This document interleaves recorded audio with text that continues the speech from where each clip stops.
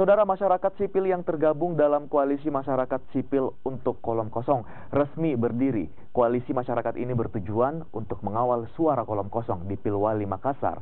Koalisi ini juga mendesak pasangan Api Cicu untuk tidak lagi menuduh Wali Kota Makassar sebagai penggerak kolom kosong. Kolom kosong kembali mendapat dukungan, kali ini dari kelompok yang mengatasnamakan Koalisi Masyarakat Sipil untuk Kolom Kosong. Deklarasi dilakukan di salah satu kafe di Jalan Todopuli Raya, Makassar.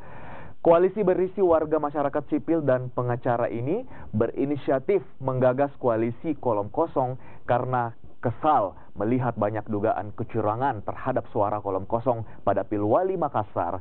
Hadis Ashar yang juga masuk dalam koalisi ini menyoroti pasangan Api Cicu yang menuding Wali Kota Makassar terlibat dugaan kecurangan di Pilwali Makassar. Untuk itu, ia pun meminta pasangan Api Cicu memberikan bukti atas tudingannya.